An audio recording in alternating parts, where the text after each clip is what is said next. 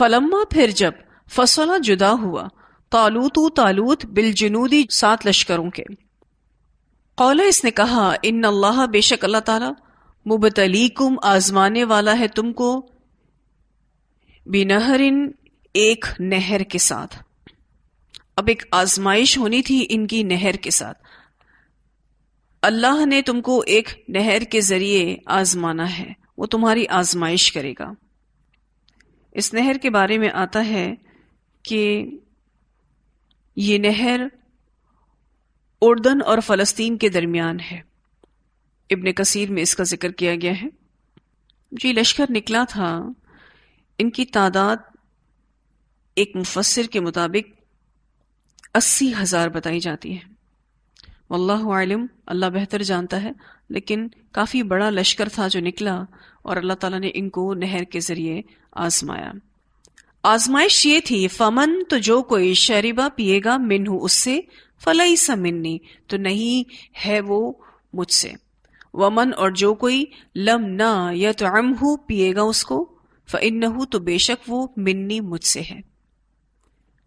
جو اس نہر سے جی بھر کے پانی پی لے گا تو وہ اس لشکر میں آگے نہیں چل سکے گا، اور جو اسے نہیں پیے گا وہ اس لشکر میں آگے چل سکے گا. لیکن پینے کی اجازت صرف اتنی تھی الا مگر من اغترف جو چلو بھر لے، غرفتن ایک چلو بھرنا، بیدہ ساتھ اپنے ہاتھ کے، اپنے ہاتھ سے چلو بھر کے پانی پیے تو بس اتنا پانی پینے کی اجازت تھی. لیکن ہوا کیا فشربوا منہ تو انہوں نے پیا اس سے، الا مگر قلیلاً بہت تھوڑے منہم ان میں سے، یعنی بہت تھوڑے ان میں سے رہے جنہوں نے ایک چلو بھر پانی پیا. بس کہا جاتا ہے کہ یہ 313 رہ گئے تھے جن کا ذکر اللہ تعالیٰ کر رہے ہیں الا قلیلا منہم. اس بارے میں روایت آتی ہے برا بن عازب رضی اللہ تعالیٰ عنہ سے روایت ہے کہ ہم بیان کیا کرتے تھے کہ ان حضرات یعنی صحابہ کرام اور رضی اللہ عنہم کی تعداد جنہوں نے غزوہ بدر میں شرکت فرمائی 313 سے زیادہ، اور ان اصحاب طالوت کی تعداد کے برابر تھی جنہوں نے طالوت کے ساتھ دریا کو عبور کیا، اور ان کے ساتھ صرف مومنوں نے دریا کو عبور کیا تھا. امام بخاری نے بھی اسی طرح سے روایت کیا ہے. یہ کتنے کم رہ گئے، تقریباً 313 کے قریب. اور جیسے میں نے آپ سے بھی ذکر کیا کہ ایک روایت کے مطابق ان کی تعداد 80,000 تھی. اس سے پتہ چلتا ہے کہ جو امتحان میں فیل ہو جائے وہ آگے نہیں جا سکتا، اور جو شخص آزمائش سے گزرتا ہے لیکن آزمائش پر صبر نہیں کرتا تو اللہ کے دین کے کام کے قابل نہیں رہتا. جس شخص کے اندر اپنے نفس کے خلاف ناگوار باتیں برداشت کرنے کا مادہ نہیں، وہ جہاد نہیں کر سکتا پھر. اور ہمارا حال یہ ہے کہ ہم دین کے دوست اس وقت تک رہتے ہیں جب تک ہماری مرضی اور ہماری چاہت اور ہماری پسند کے مطابق دین ہوتا ہے. لیکن جیسے ہی دین ہماری مرضی، ہماری چاہت اور ہماری پسند کے خلاف جائے، وہاں پھر ہم دین سے دوستی چھوڑ دیتے ہیں. جیسے کہ میں نے آپ کو بھی بخاری کی روایت میں بتایا کہ ان کی تعداد اصحاب بدر والی تھی. آپ سوچیں کتنے کم لوگ رہ گئے. سارے لوگوں نے پانی پی لیا اور پانی پی کر اتنے بھاری ہو گئے کہ ان میں لڑنے کی طاقت ہی نہ رہی.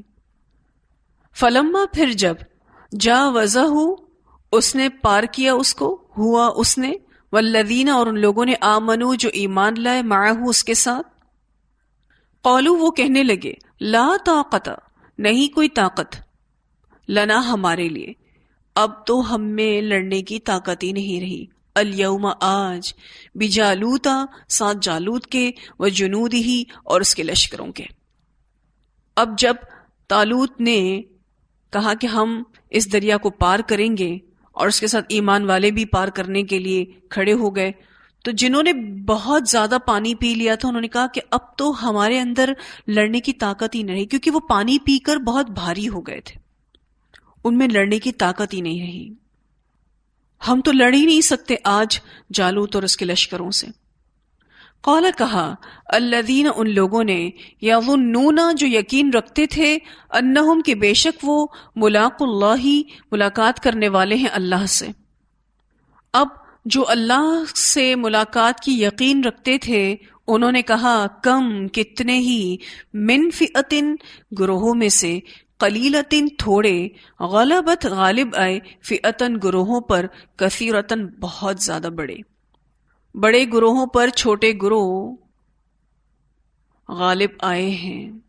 جیسے کہ 313 کا گروہ اصحاب بدر کا کفار کے ایک بڑے لشکر پر غالب آیا تھا. تو انہوں نے جن کو اللہ کی ملاقات کا یقین تھا انہوں نے کہا کہ کتنے ہی چھوٹے گروہ غالب آئے بڑے گروہوں پر بِإِذْنِ اللہ ساتھ اللہ کے اذن کے. واللہ اور اللہ تعالیٰ مع الصابرین ساتھ ہے صبر کرنے والوں کے. تو چھوٹے گروہ 2 وجوہات کی بنا پر بڑے گروہ پر قابض آ سکتے ہیں، قابو کر سکتے ہیں. ایک، ان کو اللہ کی ملاقات پر یقین ہو، اور دوسرا ان میں صبر ہو. یہاں اسی بات کو واضح کیا جا رہا ہے کیونکہ دیکھیں کہنے والے کون لوگ ہیں؟ الذین یظنون انہم ملاق اللہ، جن کو اللہ کی ملاقات پر یقین تھا. اور آخر میں جو کہا جا رہا ہے واللہ مع الصابرین، اور اللہ ساتھ ہے صبر کرنے والوں کے، کہ یہ 2 وجوہات کی بنا پر چھوٹا گروہ بڑے گروہ پر قابو آ سکتا ہے. اب یہ چھوٹے گروہ میں اس لیے بدل گئے کیونکہ جیسے میں نے آپ سے ذکر کیا کہ ان کی تعداد 80,000 بتائی جاتی تھی. اب 80,000 میں سے 313 لوگ کے قریب رہ گئے تو کیا ایوریج بنی؟ کتنے کم لوگ رہ گئے. اور تھوڑی سی جماعت بڑی جماعت پر بھاری ہو گئی. وہ اس لیے کہ جب لوگ ثابت قدم ہوں، تکلیفیں اور مصیبتیں برداشت کر سکتے ہوں، دوری اور مسافت کو گوارا کر سکتے ہوں، سفر کی جو دوری ہوتی ہے اس کو گوارا کر سکتے ہوں، گرمی سردی سہ سکتے ہوں، تو یہ چھوٹی سی جماعت بڑی بڑی جماعتوں پر بھاری ہے. مگر جو لوگ آرام طلبی کا شکار ہوتے ہیں وہ صرف جہاد کا نعرہ لگا سکتے ہیں. بس جو ان کے دل کو اچھا لگے، جو ان کو آسان لگے، یہ نفس پرستی ہے. تو اس طریقے سے پھر دین کا کام نہیں ہوتا. دین کا کام کرنے کے لیے تو اللہ پر بھروسہ چاہیے، اللہ پر توکل چاہیے، اپنی صحت کا خیال رکھنا ہے، اپنی جسمانی حالت کو درست رکھنے کے لیے. کبھی ایسا بھی ہو سکتا ہے کہ کبھی فاقہ بھی دیکھنا پڑے اور کبھی کھا کر بھی گزار کریں. کام تو یوں ہی ہوتا ہے. اب جیسے کہ ان کو ایک نہر کے ساتھ جو آزمائش کی گئی تو اللہ سبحانہ تعالیٰ یہی چاہ رہے تھے کہ جو کمزور قسم کے لوگ ہیں وہ پیچھے رہ جائیں، فائدہ نہیں ہے ان کا آگے جانے کا. اور یہ کیسی آزمائش تھی، اتنے سارے لوگ پیچھے رہ گئے. اس سے کیا بات پتہ چلتی ہے؟ زیادہ تر لوگ اپنے نفس کے غلام ہوتے ہیں. بہت کم لوگ ہوتے ہیں جو ثابت قدم ہوتے ہیں. بہت کم لوگ ہوتے ہیں جو تکلیفیں اور مصیبتیں برداشت کرنا جانتے ہیں، جو سفر کی مشقتیں برداشت کرنا جانتے ہوں، جو گرمی سردی کو بھی سہ سکتے ہوں. بہت کم لوگ ہوتے ہیں جو کبھی فاقہ بھی کرنا پڑے تو برداشت کرتے ہیں اور کبھی کھا کر بھی گزارا کرنا پڑے تو کر سکتے ہیں، کیونکہ ان کا فوکس کام پر ہوتا ہے. تو جو شخص اپنے نفس کے خلاف ناگوار باتیں برداشت نہیں کر سکتا تو وہ جہاد نہیں کر سکتا. پھر اللہ تعالیٰ نے اتنی بھیڑ کو جو صرف جہاد کا نعرہ لگانے والے تھے ان کو روک دیا اور صبر کرنے والوں کو آگے بھیج دیا.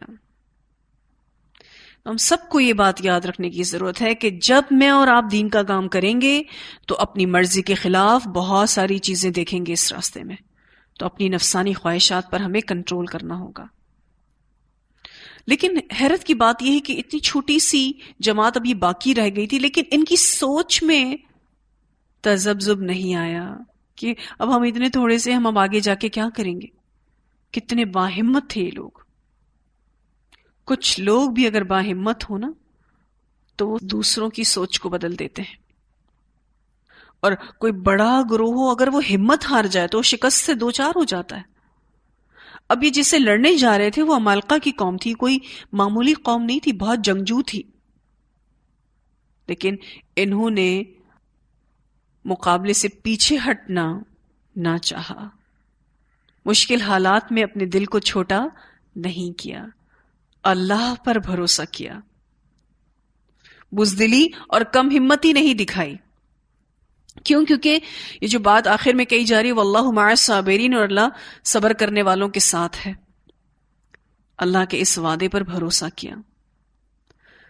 ولما، اور جب برزو، وہ نکلے، لجالوتا، جالوت کے لیے، وجنودہ، اور اس کے لشکروں کے لیے، قالو، انہوں نے کہا، ربنا، اے ہمارے رب، افرغ، ڈال دے، انڈیل دے، علینا، ہم پر، صبرن، صبر کو، کیونکہ اب بہت بڑا چیلنج سامنے تھا، بہت بڑی تکلیف سامنے تھی، تو انہوں نے اللہ سے صبر مانگا۔ وثبت اقدامنا، اور جما دے ہمارے قدموں کو، وانصرنا، اور مدد کر ہماری، علی القوم الکافرین، کافر قوم پر۔ اب ان لوگوں نے ایسی دعائیں کی جیسی دعائیں اصحاب بدر نے بھی کی تھی، کیونکہ اہل ایمان جو تھے، یہ اصحاب طالوت جن کے ذکر ہم ابھی پڑھ رہے ہیں، یہ تعداد میں کم تھے جالوت کے لشکر کے مقابلے میں، تو انہوں نے اللہ تعالیٰ سے پھر صبر مانگا کہ اللہ تو ہم پر صبر نازل فرما اور ہمیں اس لڑائی میں ثابت قدم رکھ، کیونکہ دشمن کے مقابلے میں ثابت قدمی اللہ ہی عطا فرماتا ہے۔ ثابت قدمی یعنی لڑائی میں ٹکے رہنا، اور اس کے برعکس اگر کوئی ثابت قدم نہ رہے تو وہ فرار ہونا چاہتا ہے۔ اور پھر انہوں نے یہ بھی دعا کی کہ اللہ تو ہمیں اس لشکر کفار پر فتح یاب کر، ہمیں ان پر کامیابی نصیب کر۔ اسی طرح سے ملتی جلتی دعا بدر کے موقع پر نبی اکرم صلی اللہ علیہ وسلم نے بھی کی تھی۔ ویسے یہ نیک بندوں کی علامت بھی ہے کہ وہ اپنی ہمت اور سامان جنگ پر بھروسہ نہیں کرتے، بلکہ وہ ساتھ ساتھ عاجزی سے اللہ کو یاد کرتے ہیں، صبر اور ثابت قدمی کی توفیق طلب کرتے ہیں، اور گڑ گڑا کر اللہ سے فتح کی دعائیں کرتے ہیں۔ اب اس کی مثال کچھ اسی طرح سے بھی ہے کہ جیسے یہ قوم جو آگے بڑھ گئی اور کچھ لوگ پیچھے رہ گئے، آپ دیکھیں کہ بہت سے لوگ روزہ کھولتے ہی جب بہت سارا پانی پی لیتے ہیں، بہت سارا کھانا کھا لیتے ہیں، تو وہ اگلی عبادتوں کے لائق نہیں رہتے، جسم اتنا بھاری ہو جاتا ہے، پھر وہ سست پڑ جاتے ہیں، اور جو اپنی خواہش نفس کو قابو میں رکھتے ہوئے اعتدال کا معاملہ اختیار کریں تو پھر اگلی عبادتیں بھی ان کے لیے کرنا آسان ہو جاتی۔ اس طالوت کے لشکر سے یہ سیکھنے کو ملتا ہے۔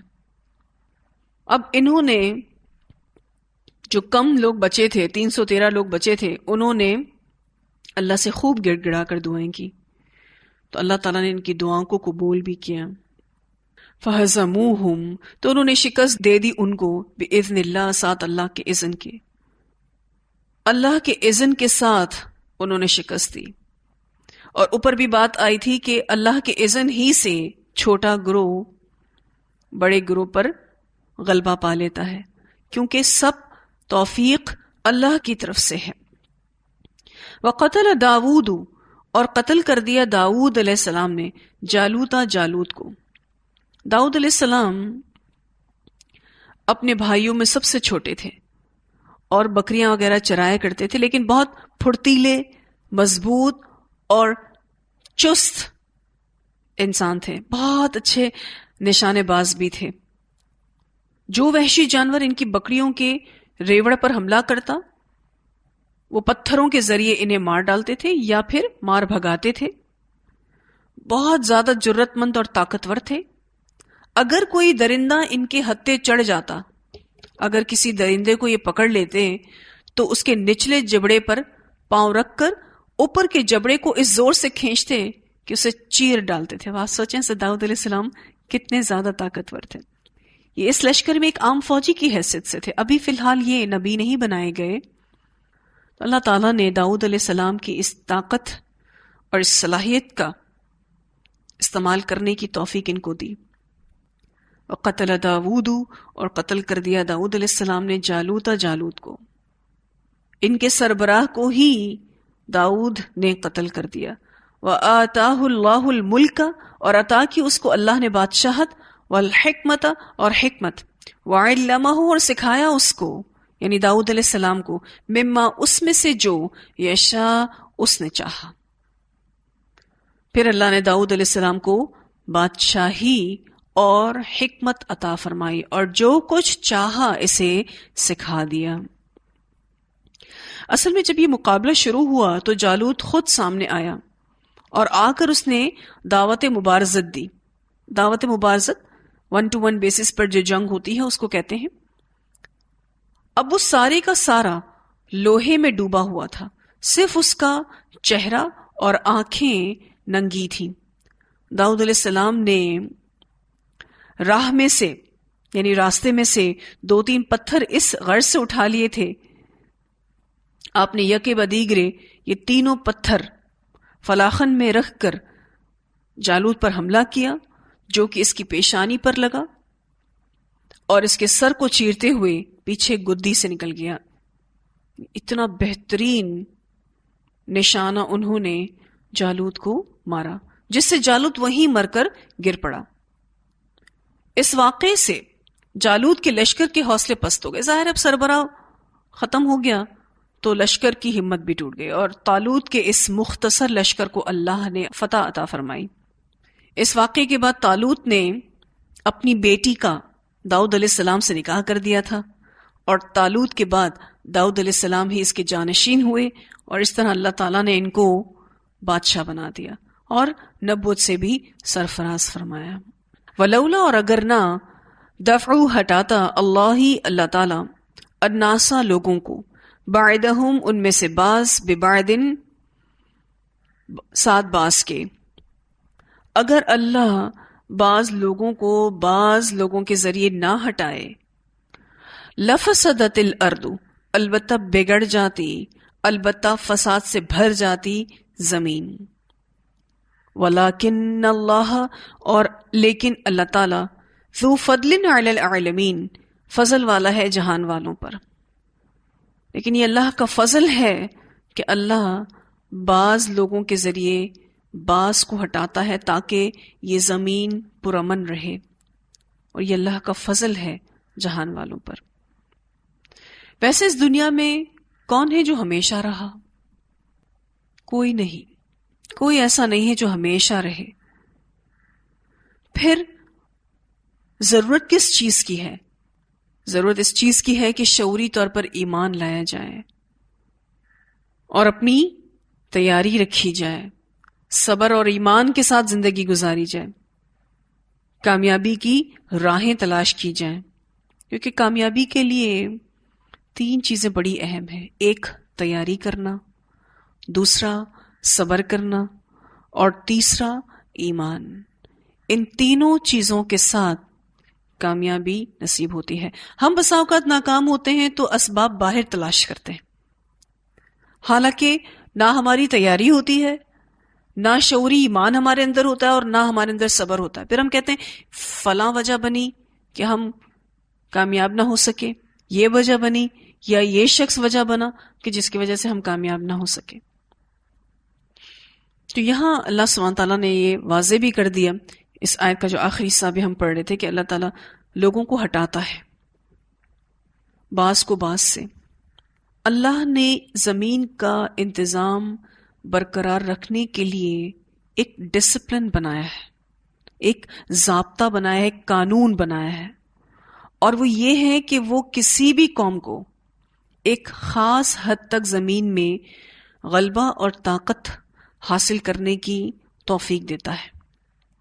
پھر اگر وہ قوم فساد فی الارض میں مبتلا ہو جاتی ہے تو اللہ تعالیٰ دوسری قوم کے ذریعے اس کا زور توڑتا ہے.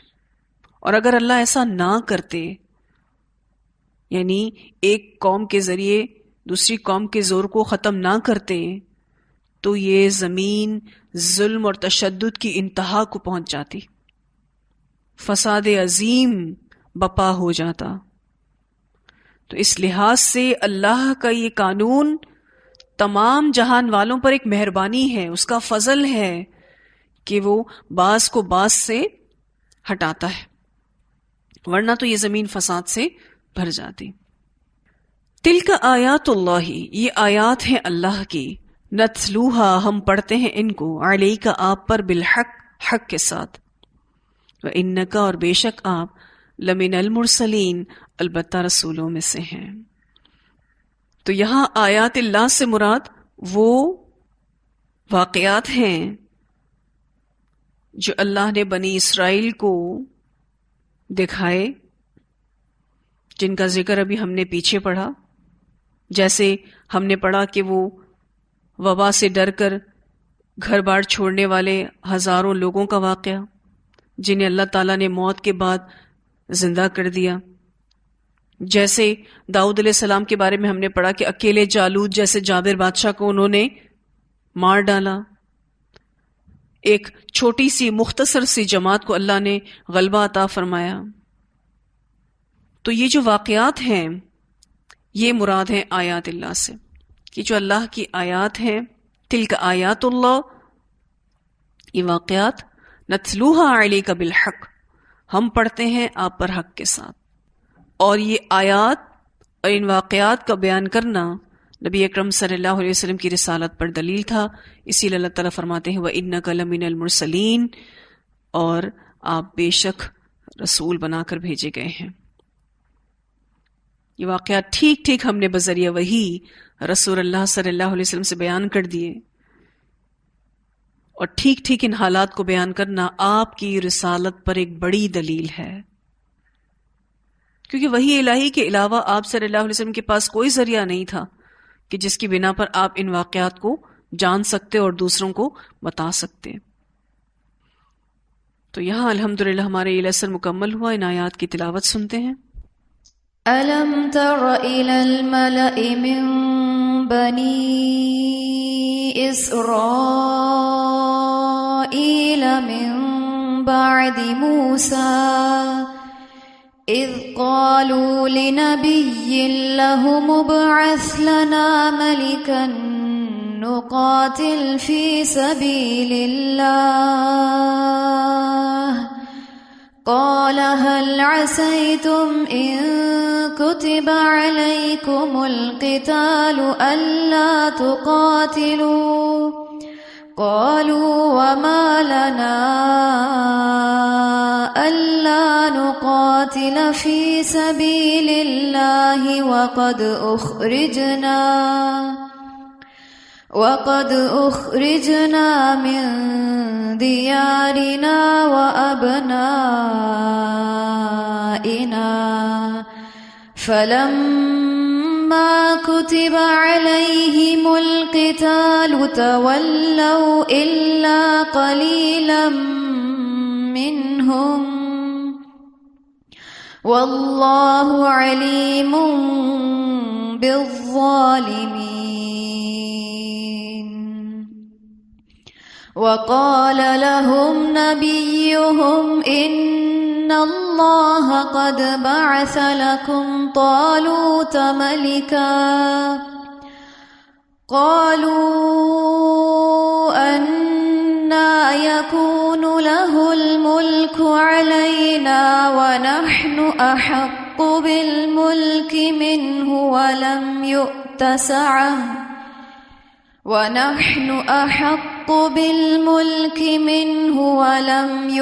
سعة من المال قال إن الله اصطفاه عليكم وزاده بسطة في العلم والجسم والله يؤتي ملكه من يشاء والله واسع عليم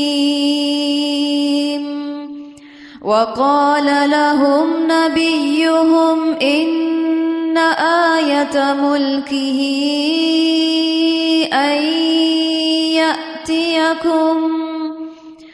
أن يأتيكم التابوت فيه سكينة من ربكم وبقية مما ترك آل موسى وآل هارون تحمله الملائكة إن في ذلك لآية لكم إن كنتم مؤمنين فلما فصل طالوت بالجنود قال إن الله مبتليكم بنهر فمن شرب منه فليس مني ومن لم يطعمه فإنه مني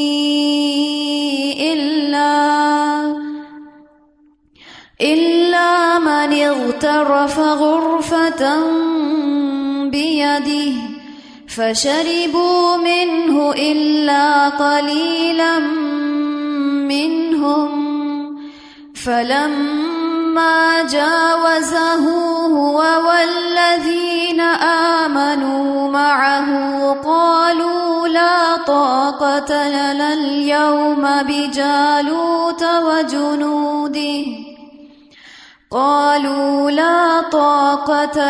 اليوم بجالوت وجنوده قال الذين يظنون أنهم ملاقو الله كم من فئة قليلة غلبت فئة كثيرة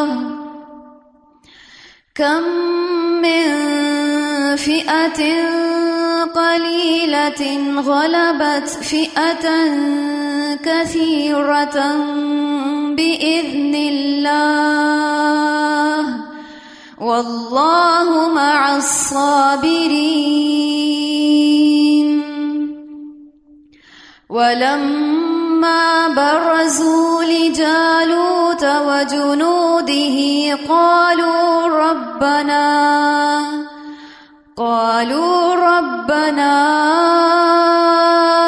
أفرغ علينا صبرا وثبت أقدامنا